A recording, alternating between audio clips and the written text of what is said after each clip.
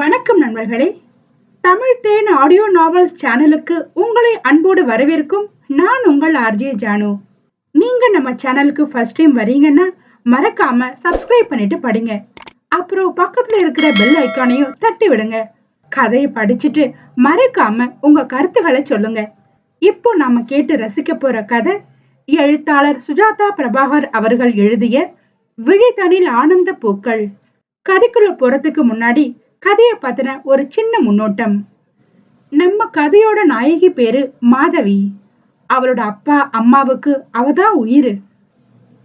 அவளோட அண்ணனுங்க அப்பாவை விட மேலா பாசத்தை காட்டி அவளை பாத்துக்குவாங்க. அண்ணிங்களை பத்தி சொல்லவே வேண்டாம். மாதவிக்கு இன்னொரு அம்மாதான் அவங்க பெரிய அண்ணி சீதாவான் அப்படின்னு அவளே பெருமையா சொல்லுவா. இந்த மாதிரி ஒரு அன்பான சூழ்நிலையில இருக்கிற நம்ம மாதவி ஒரு நாள் வீட்டை விட்டு ஓடி போயிடுறா. பக்கத்து வீட்டுக்கு கூட தனியா போக யோசிக்கிற இந்த பச்சை புள்ள பட்டணத்துக்கு தனியா போயிருக்கு. என்ன காரணமா இருக்குன்னு யோசிக்கிறீங்களா? தெரிஞ்சுக்கணும்னா வாங்க போய் கதையை படிக்கலாம். அத்தியாயம் 1. பாருமா சீதா, நாளைக்கு நம்ம மாதுக்குட்டிய பார்க்க வர்றவங்க இதுக்கு முன்னாடி வந்தவங்க மாதிரி வெறுமன பொண்ணை பார்த்துட்டு போறதுக்காக வரல. மாப்பிள்ளை பையன் ஏற்கனவே மாதவிய பார்த்துட்டானா. புடிச்சு போனதால வீட்டு பெரியவங்க கிட்ட மேற்கொண்டு பேச சொல்லி இருக்கானா. அநேகமா நாளைக்கே பூ வச்சு உறுதி பண்ணிட்டு தான் போவாங்கன்னு நினைக்கிறேன். அதனால இனிப்பு காரத்தோடு சேர்த்து மத்தியான சாப்பாட்டையும் பிரமாதமா தயார் பண்ணிடணும். அப்புறம் என்று கண்களில் ஆர்வம் மின்ன பேசி கொண்டிருந்த மாமனார் கணேசனை லேசான சிரிப்போடு கவனித்து கொண்டிருந்தாள் மூத்த மருமகள் சீதா. சமையல் அறையில் சாப்பிட்டு முடித்து கை கழுவியபடியே இருவரது சம்பாஷணைகளையும் கேட்டு கொண்டிருந்த கணேசனின் மனைவி மரகதம் கொஞ்சம் சத்தமாக, மாதவியப்பா, இந்த விளக்கத்தை கடந்த 2 நாளா இதோட 37வது தடவையா அவகிட்டையும் எங்கிட்டையும் மாறி மாறி சொல்லிக்கிட்டே இருக்கீங்க. எனக்கு மனப்பாடமே ஆகி போச்சு உங்க வசனம் என்றவர் மருமகளிடம் திரும்பி, உனக்கும் தானே சீதா என்று கேட்கவும் உதட்டுக்குள் சிரிப்பை அடக்கிய சீதா பிறகு, சும்மா இருங்க அத்தை, அப்புறம் மாமாவுக்கு கோபம் வந்துட்டு போகுது என்று மாமியாரிடம் திரும்பி கிசுகிசுப்பான குரலில் சொல்லிவிட்டு வாயில் விரல் வைத்து பேசாமல் இருக்கும்படி சைகை காட்டினாள். உனக்கு நான் ஒரு வார்த்தை உன் மாமனார குறை சொல்லிட கூடாது. கேட்கறதுக்கு 2 காது இருந்தா போதும். உன் மாமனாரு அது கிழிஞ்சு தொங்குற வரைக்கும் பேசிக்கிட்டே இருப்பாரு. பெரியவன் சின்னவனை சாப்பாட்டுக்கு மாத்திட்டு இப்ப சாப்பிட வருவான். அதுக்குள்ள நீ போய் சாப்பிடு, மணி 3 போகுது என்று மருமகளை உணவருந்து அனுப்பிவிட்டு கணவரிடம் திரும்பினார் மரகதம். உங்களுக்கே இது கொஞ்சம் ஓவரா தெரியலையா மாதவியப்பா? அவ என்ன சின்ன குழந்தையா? ஒரு தடவை கேட்டா மறந்து போறதுக்கு? அவளுக்கு கல்யாணம் ஆகி 18 வருஷம் ஆகுது. நம்ம சுபா குட்டிக்கே இன்னும் கொஞ்ச நாள்ல மாப்பிள்ளை பார்க்க ஆரம்பிக்கணும். மருமகளுக்கே சம்பந்தம் காண போற வயசாயிட்டு நீங்க என்னடான்னா இன்னும் அவளை சின்ன பிள்ளையா நினைச்சு சொன்னதையே சொல்லி சொல்லி அறுத்துட்டு இருக்கீங்க. ஒரு தடவை சொல்லிட்டீங்க இல்லையா, விட்டுருங்க, அவ எல்லாத்தையும் பார்த்துப்பா. சிறு குரலில் தன்னை கண்டித்து கொண்டிருந்த மனைவி மரகதத்தை பாவமாக பார்த்தார் கணேசன். நீ சொல்ற எல்லா விஷயங்களும் எனக்கும் புரியுது மரகதம், ஆனாலும் என்று இழுத்தவர் மிகவும் தயங்கியபடியே மனைவியை ஏறிட்டு, நான் ஏன் இப்படி திரும்ப திரும்ப ஒரு விஷயத்த சொல்றேன்னு உனக்கு புரியலையா மரகதம்? இந்த தடவையும் இதுக்கு முன்னாடி நடந்த மாதிரி ஏதாவது தப்பா நடந்து அதனால இந்த சம்பந்தமும் கையை விட்டு போயிடுமோன்னு ஒரே பயமா இருக்குது மரகதம். இப்படியே ஒவ்வொரு சம்பந்தமா தட்டிக்கிட்டே போயிட்டு இருந்தா மாதவிக்கே ஒரு கட்டத்துல வெறுப்பு வந்துடும். கல்யாணமே வேண்டான்னு சொல்லிடுவா. அது மாதிரியான சூழ்நிலை எதுவும் வர்றதுக்கு முன்னாடியே அவளுக்கு கல்யாணம் நல்லபடியா முடிஞ்சிடணும். நான் நினைக்கிறது அதான் மரகதம். மாதவியை நினைச்சாலே எனக்கு ராத்திரி எல்லாம் தூக்கமே வர மாட்டேங்குது.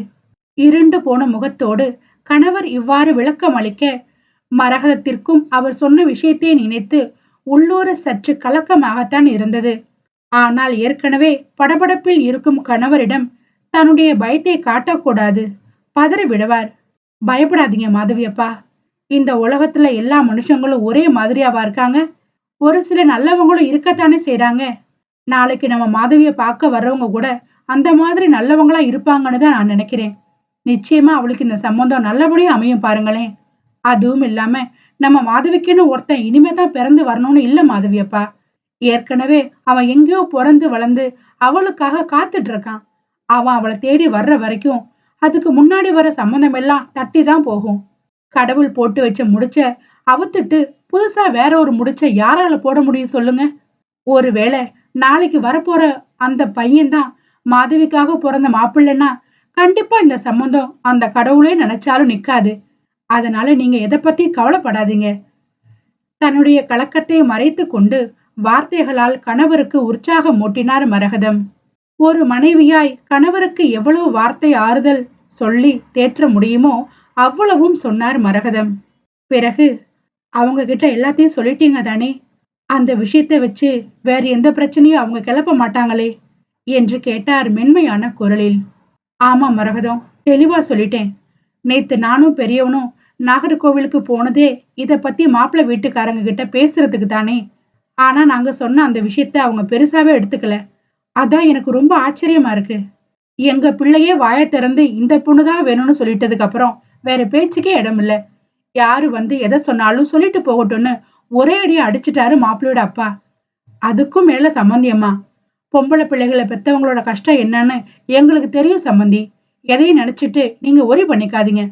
உங்க பொண்ணுதான் எங்க வீட்டு மருமகள்னு தீர்மானமா சொல்லிட்டாங்க. பார்த்தா நல்ல குடும்பமா தான் தெரியுது. படிச்சவங்க வேற. விசாரிச்சு பார்த்த வரையில யாரும் அந்த குடும்பத்து மேல எந்த குறையும் சொல்லல. ரொம்ப பெருமையா தான் சொன்னாங்க. இந்த இடம் மட்டும் நல்லபடியா அமைஞ்சிட்டா மாது குட்டியோட வாழ்க்கை சந்தோஷமா இருக்கும் மரகதம். அதான் ஒரே பரபரப்பா இருக்குது. கணவருடைய பதிலால் மனதில் இருந்த கலக்கம் முற்றிலுமாக நீங்கி தெளிவு பெற்ற மரகதம் கணவரையும் உற்சாகமூட்டினார். உங்களுக்கு இந்த சம்மந்தம் ரொம்பவும் திருப்தியா இருக்குதுன்னா கவலையே படாதீங்க மாதவியப்பா. நம்ம செல்ல குட்டி அந்த வீட்டுலதான் சீரும் சிறப்புமா வாழ போறா பாருங்களேன். மனைவியின் வார்த்தைகளை கேட்டு அதுவரை கலங்கி போயிருந்த கணேசன் அந்த கலக்கமெல்லாம் நீங்கி மிகவும் தெளிவுற்றார். அத்தியாயம் 2. மனைவி மரகதம் ஒன்று சொல்லிவிட்டால் நிச்சயம் அந்த விஷயம் நடந்துவிடும் என்பது அவருடைய நம்பிக்கை. மரகதத்தை கைபிடித்த நாள் தொடங்கி இன்று வரை தொடர்கிறது அவரது நம்பிக்கை. அந்த நம்பிக்கையை பொய்யாக்காமல் ஒவ்வொரு விஷயங்களும் மரகதம் சொல்படியே நடக்கவும் செய்தது. ஆனால் அந்த நம்பிக்கை இந்த முறை பலிக்குமா? அதுதான் இங்கு கேள்வி. மேலும் இதற்கு முன் மாதவிக்கு வந்த சம்பந்தங்கள் எல்லாம் தெரிந்தவர்கள் மூலமும் புரோக்கர் மூலமும் வந்தது. அவர்கள் எல்லாம் மாதவியை பற்றிய விஷயத்தை அறையும் குறையுமாக கேள்விப்பட்டு விட்டு பெண் பார்க்கும் படலம் வரை வந்து அவளை வேண்டாம் என்று சொல்லிவிட்டு திரும்பி சென்றவர்கள். ஒரு சிலர் பெண் பார்க்க வராமலேயே ஏதோ நொண்டி சாக்கு சொல்லி ஒதுங்கி கொண்டார்கள். துரும்பை தூணாக்கி பேச இந்த உலகத்திற்கு கற்றுக் கொடுக்கவா வேண்டும்? அதுவும் நரம்பில்லாத நாக்கு அடுத்த வீட்டு பெண்ணை பற்றி பேசுவதென்றால் 4 முழத்திற்கு நீளுமே. அது போலத்தான் ஆகி போனது மாதவியின் விஷயமும். ஆனால் இந்த சம்பந்தம் அப்படி அல்ல. மாதவியை எங்கேயோ வைத்து பார்த்தானாம் அந்த மாப்பிள்ளை. உடனே யார் என்ன எவர் என்று விசாரித்து அவர்களாகவே வீடு தேடி வந்து பெண் கேட்டார்கள். அதனாலேயே நிச்சயமாக இந்த சம்பந்தம் மாதவிக்கு அமையும் என்று எண்ணினார்கள் கணவன் மனைவி இருவருமே. மணி 3 போகுதே மரகதம், மாதவி இன்னுமா வீட்டுக்கு வரல? கவலையான குரலில் கணேசன் கேட்க, அடுத்த பாட்ட ஆரம்பிச்சிட்டீங்களா என்று அழுத்து கொண்ட மரகதம்மாள், வர்ற நேரம்தான், வழக்கமா 2 மணிக்கெல்லாம் வீட்டுக்கு வந்துருவா. இன்னைக்கு பஸ் கிடைக்கல போல, இப்ப வந்துடுவா என்று மரகதம் சொல்ல, எதுக்கும் அந்த கம்ப்யூட்டர் சென்டருக்கு ஒரு போனை போட்டு என்ன ஏதுன்னு கேளேன். அவ என்ன எல்கேஜி படிக்கிற பாப்பாவா? ஸ்கூல் விட்டாச்சா வேன் கிளம்பிட்டான்னு ஒன்னா விசாரிச்சு தெரிஞ்சுக்க. எதுக்கு எடுத்தாலும் போனை போட்டு கேட்டுக்கிட்டே இருந்தா அவங்க நம்மளை பத்தி என்னங்க நினைப்பாங்க? நம்ம புள்ள மேல நம்பிக்கை இல்லையேன்னு தப்பா நினைக்க மாட்டாங்களா? வயசுக்கு வந்த புள்ள தானே, வழி தெரியாதா என்ன? வருவா பொறுங்க என்று படபடத்தார் மரகதம்மாள். இதுல தப்பா நினைக்கிறதுக்கு என்ன இருக்குது மரகதம்? இது ஒண்ணும் உத்தம புருஷர்கள் வாழ்ற திரேதா யுகம் இல்ல, கலியுகம். நியூஸ் பேப்பர் அப்புறம் டிவி நியூஸ் சேனல்ல வர செய்திகளை எல்லாம் பாக்குறோம் தானே. அதுக்கப்புறமா இப்படி பேசுற? நாம ஒண்ணும் நம்ம புள்ள மேல சந்தேகப்பட்டு போன் செய்யல. நம்ம புள்ளையோட பாதுகாப்பை உறுதி பண்ணிக்கிறதுக்காகத்தான் சில தகவல்களை கேக்குறோம், அவ்வளவுதான். பெத்தவங்க கேக்குற கேள்விகளுக்கு கண்டிப்பா அவங்க பதில் சொல்லிதானே ஆகணும். ஒரு நிறுவனம் வச்சு நடத்துறவங்களுக்கு அது கடமையும் கூட. ஏன்னா அங்க படிக்கிற பிள்ளைங்களோட பாதுகாப்பும் அவங்களோட தானே. ஆம்பளை பிள்ளையோ பொம்பளை பிள்ளையோ நேரத்துக்கு வீடு வந்து சேர்ந்துடணும். அதான் நல்லது, பாதுகாப்பும் கூட. உனக்கு கேட்கறதுக்கு ஒரு மாதிரியா இருந்தா விட்டுடு, நீ கேட்க வேண்டாம். கடைக்கு போய் நான் பேசிக்கிறேன் அப்புறம் பெரியவன் சாப்பிட்டு திரும்ப கடைக்கு வரும்போது, நாளைக்கு சமையலுக்கு ஏதாவது பொருள் விடுபட்டு போயிருந்தா அதையும் சொல்லி அனுப்பு. கடைப்பையன்கிட்ட கொடுத்து விடுறேன். அப்புறம் கடையில பிஸியா இருக்கும்போது அது இல்ல இது இல்லன்னு ஃபோன் பண்ணி நொச்சுங்கப்படாது. ஆமா. மனைவியிடம் கண்டிப்பான குரலில் சொல்லிவிட்டு கண்ணாடியை துடைத்து அணிந்து கொண்டு காரை நோக்கி நடந்தார் கணேசன். ஒருவித பெருமிதத்தோடு கணவரையே பார்த்து கொண்டிருந்த மரகதம், அவர் வருந்தும்படியா நாளை எந்த விஷயமும் நடந்துவிடக் கூடாது. இந்த சம்பந்தம் கைகூடி எந்த தடங்களும் இல்லாம மாதவியோட திருமணம் நல்லபடியா நடக்க வேண்டும். அதையெல்லாம் நீதான் பார்த்து கொள்ள வேண்டும் என்று திருச்செந்தூர் முருகனை வேண்டிக் கொண்டார். மரகதம்மாளின் வேண்டுகோளை ஏற்றுக்கொண்டார் முருகன். ஆனால் திருமணம் நடப்பதற்கு பெண் வேண்டும் அல்லவா? அந்த பெண் அன்றைய கம்ப்யூட்டர் வகுப்பை முடித்துவிட்டு வீட்டிற்கு வராமலேயே சென்னையை நோக்கி செல்லும் ரயில் ஏறி பயணித்துக் கொண்டிருந்தாள்.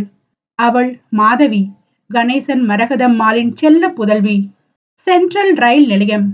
பிளாட்பாரத்தில் ஆயிரக்கணக்கான பயணிகளுக்கு நடுவில் மாதவியும் நடந்து வெளியே வந்து கொண்டிருந்தாள். தோளில் ஒரு பை, தினமும் கம்ப்யூட்டர் கிளாஸுக்கு எடுத்துச் செல்வது. அதில் சில புத்தகங்கள், அவளுடைய படிப்பு சான்றிதழ்கள் மற்றும் சில அத்தியாவசியமான பொருட்கள் இருந்தன. அவ்வளவே. அவள் இருந்த மனநிலைக்கு அவளுடைய கைபேசி கூட தொந்தரவாக தோன்ற அதை கூட அவள் எடுத்து வரவில்லை. வீட்டில் அவளுடைய வார்ட்ரோப்பில் வைத்துவிட்டுதான் கிளம்பினாள். மாற்று உடை கூட எடுத்து வைக்கவில்லை. அந்த அளவிற்கு மனதிற்குள் வெறுமையும் வேதனையும் மண்டி கிடந்தது. அவள் ஒருத்தியால் மொத்த குடும்பத்தினருக்கும் எவ்வளவு மன உளைச்சல். கடந்த சில நாட்களாகவே ஏதாவது செய்ய வேண்டும் என்று மனதிற்குள் ஓடிக்கொண்டே இருந்தது. ஆனால் முந்தா நாள் இரவுதான் இப்படி வீட்டை விட்டு வெளியேறும் முடிவை எடுத்தாள் மாதவி. பிறகு அவளால் அவளது அன்பான பெற்றோரும் குடும்பத்தினரும் துன்பப்படுவதை இனிமேலும் சகித்து கொண்டிருக்க முடியுமா? ஒவ்வொரு சம்பந்தம் வரும்போதும் ஏதோ பெரிதாக சாதித்து விட்டதை போல குதூகலிப்பதும், அது கைவிட்டு போகையில் ஏதோ நடக்கக்கூடாத விபரீதம் நடந்துவிட்டது போல வீடே இருளில் மூழ்கினார் போல கிடப்பதும், எத்தனை நாட்களுக்குத்தான் இவற்றையெல்லாம் பார்த்து கொண்டு பொறுமையாக இருப்பது? அதற்கெல்லாம் ஒரு முடிவு கட்டுவதற்காகத்தான் மாதவி இந்த முடிவை மேற்கொண்டாள். அவளும் தன்னால் இயன்ற வரை தந்தையிடம் மன்றாடி பார்த்தாள். அவர்தான் கேட்கவில்லை. சில சம்பந்தங்கள் பேச்சுவார்த்தையின் ஆரம்பத்திலேயே முறிந்து போயின. சிலர் பெண் பார்க்க இன்றைக்கு வருகிறோம் என்று சொல்லிவிட்டு அதன் பிறகு பின்னடித்து விட்டார்கள். இன்னும் ஒரு சிலர் பெண் பார்க்க வந்த அன்றே அவளை சபையில் வைத்து அவமானப்படுத்தினார்கள். இன்னும் ஒரு சிலர் நிச்சயம் வரை சென்றுவிட்டு நிறுத்தினார்கள். இப்படி ஒவ்வொரு சம்பந்தமும் ஒவ்வொரு வகையில் நின்று போனது. மாதவியின் கழுத்தில் தாலியே ஏறிவிடக் கூடாது என்று கங்கணம் கட்டிக்கொண்டு ஒருவன் தனது சதி வேலையை அரங்கேற்றிக் கொண்டிருக்கையில் எப்படி அவளுடைய திருமணம் சுமூகமாக கூடி வரும்? அத்தியாயம் 3. அதனால்தான் தனக்கு மாப்பிள்ளையே பார்க்க வேண்டாம் என்று தாயிடம் போராடினாள் மாதவி. திருமணம் நின்று போகும், நடக்கவே நடக்காது என்று உறுதியாக தெரிந்த பின்னரும் அவர் மாப்பிள்ளை தேடுவதை நிறுத்தவே இல்லையே. ஒன்று போனால் இன்னொன்று என்று தொடர்ந்து பார்த்து கொண்டேதான் இருந்தார். இந்த முறை நிச்சயம் முடிந்துவிடும், மாப்பிள்ளை வீட்டில் அனைவரும் உறுதியாக இருக்கிறார்கள் என்றார். ஆனால் அந்த விஷயத்தை கேட்கும் போது அவர்களுடைய உறுதி அப்படியே இருக்குமா? யாருக்கு தெரியாது. இந்த சம்பந்தமாவது கூடி வருமா இல்லையா என்பது ஆண்டவனுக்கே வெளிச்சம். உறுதி இல்லாத ஒன்றை எதற்கு ஏற்பாடு செய்ய வேண்டும் என்பதே மாதவியின் கேள்வி. ஆனால் தந்தை பிடி கொடுத்தால் தானே. அவருடைய பிடிவாதத்தை தளர்த்துவதற்கு இதை தவிர வேறு வழி எதுவுமே மாதவிக்கு இருக்கவில்லை. அவளாவது தன்னுடைய விதியே இதுதானோ என்று தன்னைத்தானே நொந்து கொண்டு சமாதானமாகி விடுகிறாள். ஆனால் பாவம் அப்பாதான் அதையே நினைத்து நினைத்து ஆள் பாதியாக உருகி போனார். மாதவி ஒருத்தி மட்டும் அவருடைய மகள் அல்லவே. இன்னும் 3 மகன்கள், மருமக்கள், பேர பிள்ளைகள் என்று எத்தனையோ உறவுகள் அவரை சுற்றி இருக்கின்றன. அவர்களை பற்றி கவலைப்படவும் யோசிக்கவும் அவர்களுக்கு ஒரு நல்லது செய்யவும் கூட தந்தை இன்னும் பல காலம் ஆரோக்கியமாக இருக்க வேண்டும் அல்லவா? சதா சர்வ காலமும் அவளை பற்றியே யோசித்து யோசித்து அவருடைய ஆரோக்கியத்தை கெடுத்து கொண்டிருப்பது எந்த வகையில் நியாயம்? எனவேதான் மனதில் நினைப்பவற்றை எல்லாம் ஒரு கடிதமாக எழுதி தந்தைக்கு அனுப்பி வைத்திருக்கிறாள். அதை படித்த பிறகேனும் தந்தைக்கு அவளது மனநிலை புரிந்து தொடர்ந்து அவளுக்கென்று மாப்பிள்ளை பார்க்கும் எண்ணத்தை கைவிட்டால் அதுவே பெரும் நிம்மதியாக இருக்கும். கடிதத்தில் 6 மாதங்கள் கழித்து தானே வீட்டிற்கு திரும்பி வந்து விடுவதாகவும், தன்னை தேடி அலைந்து சிரமப்பட வேண்டாம், தான் பத்திரமாக ஓரிடத்தில் தன் தோழியோடு இருப்பதாகவும் குறிப்பிட்டிருந்தாள் மாதவி. பள்ளியில் இருந்து திரும்புவதற்கு ஒரு 10 நிமிடம் தாமதமாகிவிட்டாலே வாசலுக்கும் தெருவுக்குமாக நடையாய் நடப்பார் கணேசன். வீட்டை விட்டு வெளியேறி எங்கோ கண் காணாத இடத்திற்கு போய்விட்டாள் மகள் என்றால் தாங்கிக் கொள்ளவே மாட்டார். அவளை தேடி கண்டுபிடிக்காமல் உறங்கவும் மாட்டார்.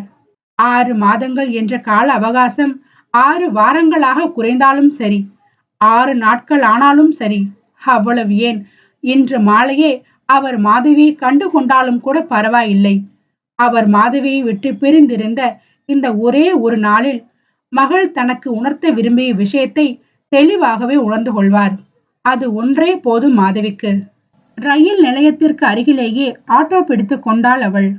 கொடுத்த விலாசத்தில் கொண்டு போய் இறக்கிவிட்ட ஆட்டோ ஓட்டுநர், நீங்க காமிச்ச அட்ரஸ் இதாமா, இந்த ரோட்டை பிடிச்சு நேரா போனீங்கன்னா அந்த லேடிஸ் ஹாஸ்டல் வரும், பார்த்து பத்திரமா போங்கம்மா என்று சொல்லிவிட்டு சென்றார். இறங்கி நின்ற இடத்திலிருந்து சுற்றுப்புறத்தை ஆராய்ந்து பார்த்தாள் மாதவி. தோழி சுனந்தா போனில் சொல்லி இருந்த அனைத்து அடையாளங்களும் சரியாக இருக்கவே நடக்க ஆரம்பித்தாள். சாலையில் இரு மருங்கிலும் தெரிந்த பெயர் பலகைகளை வாசித்த வண்ணம் நடந்து கொண்டிருந்தாள் மாதவி. அவள் எதிர்பார்த்தபடியே அவளுக்கு இடதுபுறமாக இருந்தது சுனந்தா தங்கி இருக்கும் மகளிர் விடுதி. எங்கே இருக்குமோ, எங்கெல்லாம் அலைய நேரிடுமோ, கண்டுபிடிப்போமா இல்லையோ என்று பலவித குழப்பத்தில் இருந்த மாதவி மிகவும் எளிதாக தான் தேடி வந்த முகவரியை கண்டுகொள்ளவும் உற்சாக மிகுதியில் சாலையை கடக்க ஆரம்பித்தாள். சாலையில் அங்கும் இங்கும் சீறி பாய்ந்த வண்ணம் சென்று கொண்டிருக்கும் எந்த வாகனத்தையும் அவள் கண்ணிலும் பார்க்கவில்லை, கருத்திலும் எடுத்துக் கொள்ளவில்லை. கருமமே கண்ணாக நடந்து கொண்டே இருந்தாள். போக்குவரத்து நெரிசலை பற்றி பத்திரிகைகளில் படித்ததுண்டு, செய்தி சேனல்களில் பார்த்ததுண்டு. ஆனால் நேரில் அவள் அறிந்திருக்கவில்லை அல்லவா? எங்கு சென்றாலும் சொகுசாக காரிலேயே பயணம், நடந்து பழக்கமே கிடையாது. அதனால் முன்பின் யோசிக்காமல் நடையை கட்டினாள்.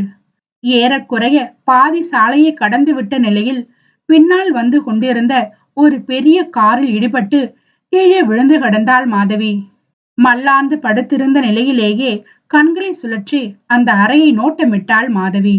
அந்த அறை மிகவும் விசாலமாகவும் காற்றோட்டமாகவும் இருந்தது. சூரிய வெளிச்சத்திற்காக அமைக்கப்பட்டிருந்த பெரிய பெரிய ஜன்னல்களின் திரைச்சீலைகள் இழுத்து மூடப்பட்டிருந்தன. ஜில்லென்ற குளிர் உடம்புக்கு இதமாக இருந்தது. ஏசி போட்டுவிட்டு இருக்கிறார்கள். திரைச்சீலைகளை எல்லாம் வெகு அக்கறையாக இழுத்து மூடி இருக்கிறார்கள். எல்லாம் மாதவி அங்கே உறங்குகிறாள் என்பதற்காகவா? ஆனால் அவளுக்காக என்று ஒவ்வொன்றாக பார்த்து பார்த்து செய்பவர்கள் அவளுடைய குடும்பத்தார் மட்டும்தானே. ஒருவேளை தந்தை தன்னை கண்டுபிடித்து இங்கே அழைத்து வந்திருக்கிறாரா? இது அவளுடைய உறவுகளில் யாருடைய வீடு?